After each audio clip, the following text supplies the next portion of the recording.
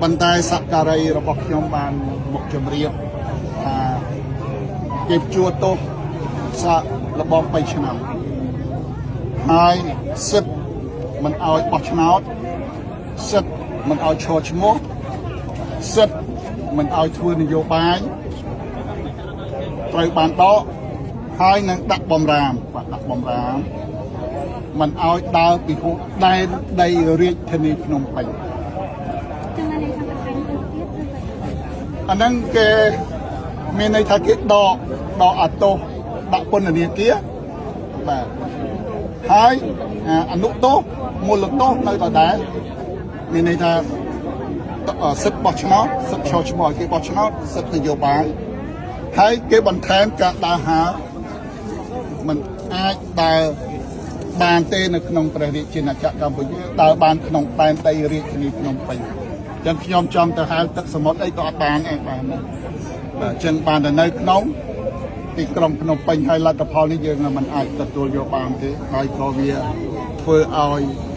អន្តរជាតិខកចិត្តច្រើនដែរបាទពីព្រោះឥឡូវនេះទោះបីនៅអឺរ៉ុបយប់នៅអាមេរិកយប់ប៉ុន្តែគេតាមបានមើលគ្រប់សកម្មភាពទាំងអស់បាទសហជីពក្តីគេមើលបាទគេមើលគ្រប់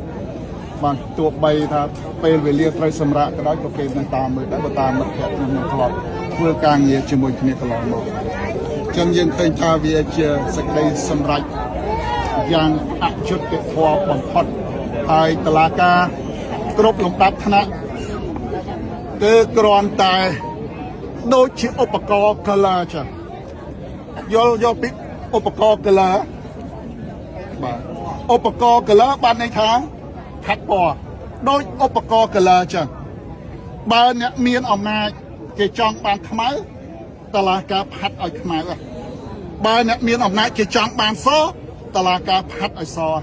ចឹងអត់មានអីចម្លែកទេតឡាការនៅកម្ពុជាយើង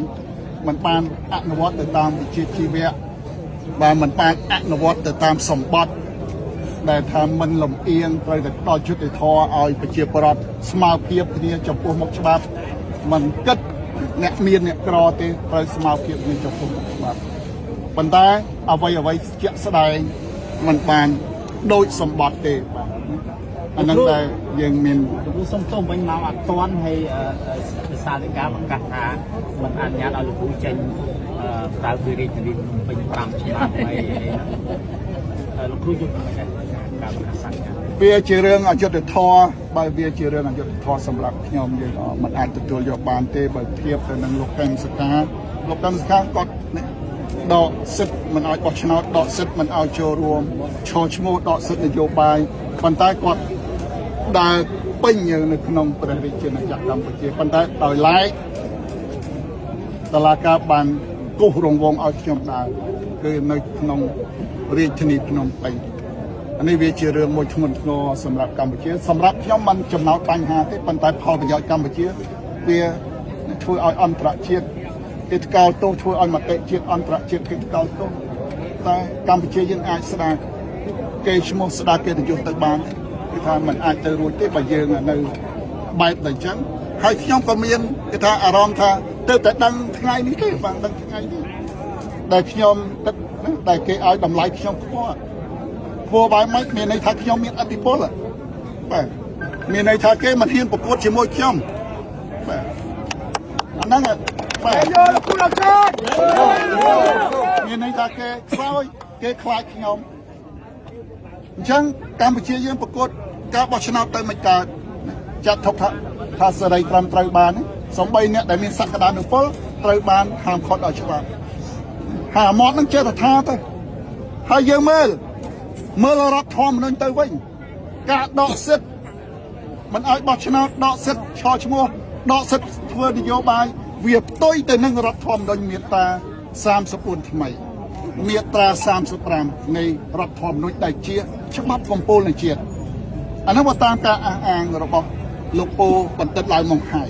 តែគាត់ជាអ្នកច្បាប់ជាតិអ្នកច្បាប់អន្តរជាតិទៀតពីព្រោះគាត់ធ្លាប់ធ្វើការជាមួយអន្តរជាតិបើខ្ញុំឆែកមើលរដ្ឋធម្មនុញ្ញចឹងមែនហើយគ្មានច្បាប់ណាខ្ពស់ជាងរដ្ឋធម្មនុញ្ញទេបាទហើយតែផ្ទុយមានន័យថាក្រមព្រហ្មទណ្ឌមាត្រា 55មេត្រា498ហ្នឹងគឺมันអាចយកមកប្រើប្រាស់លើប្រជាពលរដ្ឋខ្លួនបានទេបាទអាហ្នឹងវាខុសវាមានន័យថាអធម្មនិយភាពបាទសូមអរគុណបាទជម្រាបលាទាំងអស់គ្នាបាទ